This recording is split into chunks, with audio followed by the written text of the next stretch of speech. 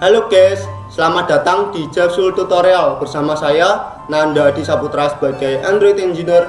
Pada kesempatan yang lalu kita telah berhasil membahas materi mengenai salah satu teori di view group Android, yaitu relative layout. Nah, pada kesempatan sebelumnya kita juga telah berhasil membahas materi mengenai salah satu view group, yaitu relative layout.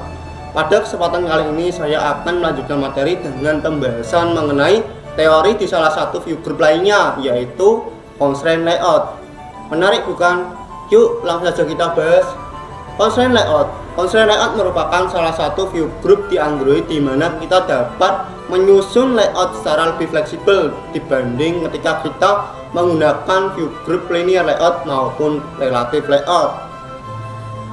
Nah, di sini saya akan ilustrasikan mengenai view group constraint layout. Di sebelah kiri terdapat gambar yang mengilustrasikan constraint layout. Nah, di sini saya contohkan atribut apps layout constraint top to bottom of, kemudian dia memanggil ID text Japsul. Nah, ini adalah salah satu atribut yang perlu kita tambahkan ke dalam view ketika kita menggunakan view group constraint layout untuk membungkus view tersebut. Nah, di sini saya contohkan untuk layout constraint top merupakan sisi view yang akan di-constraint, sedangkan sisi tujuan constraint kita menggunakan to bottom of pada contoh berikut ini. Kemudian text Japsul adalah ID view tujuan. Jadi, jika kita menggunakan atribut tersebut, maka kita akan meng-constraint bagian atas view ke view lainnya di bagian bawahnya, dengan view tersebut mempunyai ID text Japsul. Nah, agar lebih jelasnya saya akan mencontohkan lebih banyak lagi. Nah, di sini saya akan contohkan yang warna merah, ada anak panah.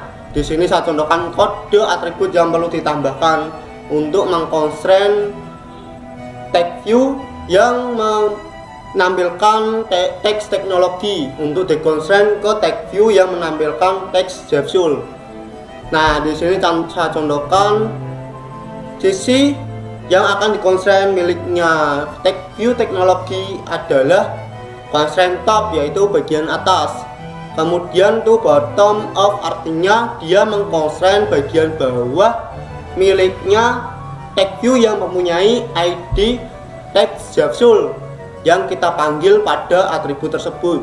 Kemudian kita akan contohkan lagi. Di sini saya akan meng-constraint text view tutorial ke text view yang mempunyai ID text Android dengan cara kita akan meng-constraint bagian kanan, berarti constraint N. Kemudian dia akan menuju ke view tujuan.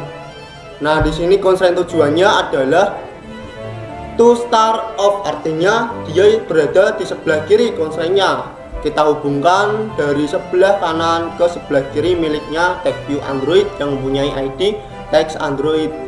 Kemudian agar lebih jelasnya lagi saya contohkan lagi. Di sini ada text view tutorial akan saya hubungkan dengan text view teknologi.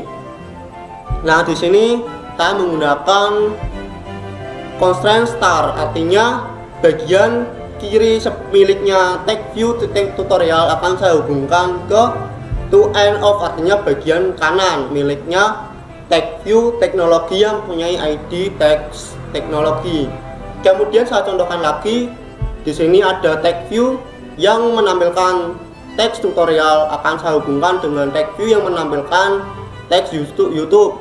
Nah, di sini kita akan ngambil constraint bagian atas miliknya text view tutorial akan dihubungkan ke text view tujuan yang mempunyai constraint to top of, artinya bagian atas miliknya text view yang mempunyai ID text YouTube. Kemudian saya contohkan sekali lagi di bagian bawah miliknya text view yang menampilkan tutorial akan saya hubungkan dengan bagian bawah miliknya text view yang menampilkan teks teknologi. Nah, di sini adalah kodenya constraint bottom, artinya bagian bawah miliknya view asal, yaitu tutorial akan dihubungkan ke view tujuan dengan menggunakan to bottom up bagian constraint bawah miliknya TechView Teknologi yang mempunyai ID Tech Teknologi seperti itu. Jadi constraint tersebut akan menentukan tata letak view pada UI user interface Android yang kita buat. Kemudian saya akan jelaskan mengenai keuntungan ketika kita menggunakan view group constraint layout.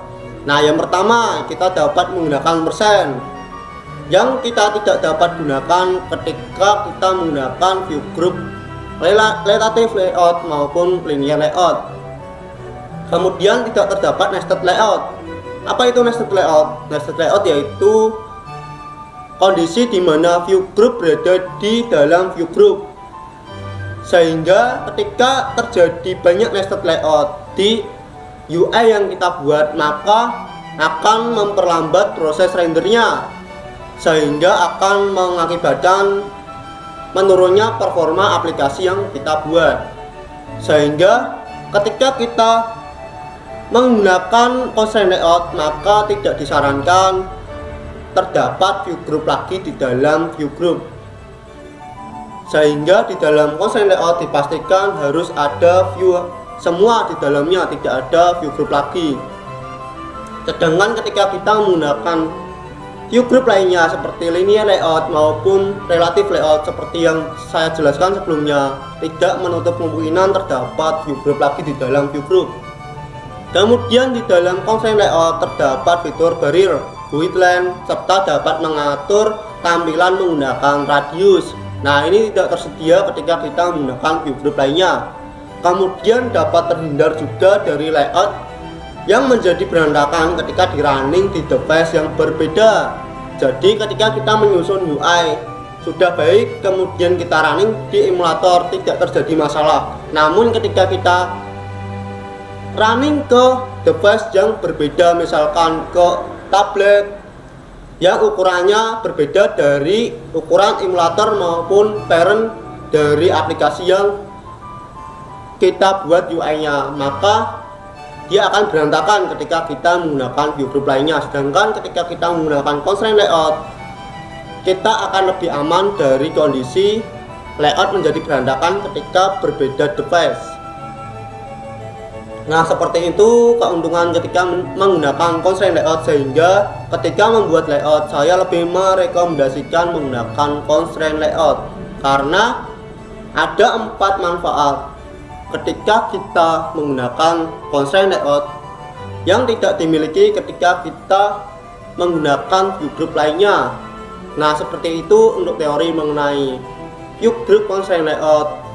Nah, jangan lupa untuk saksikan tutorial berikutnya yang lebih menarik. Jangan lupa subscribe, like, dan komen agar saya dan tim Japsul Teknologi lebih bersemangat memberikan konten-konten pendidikan untuk kalian yang sedang belajar membuat aplikasi Android. Cukup sekian dan terima kasih.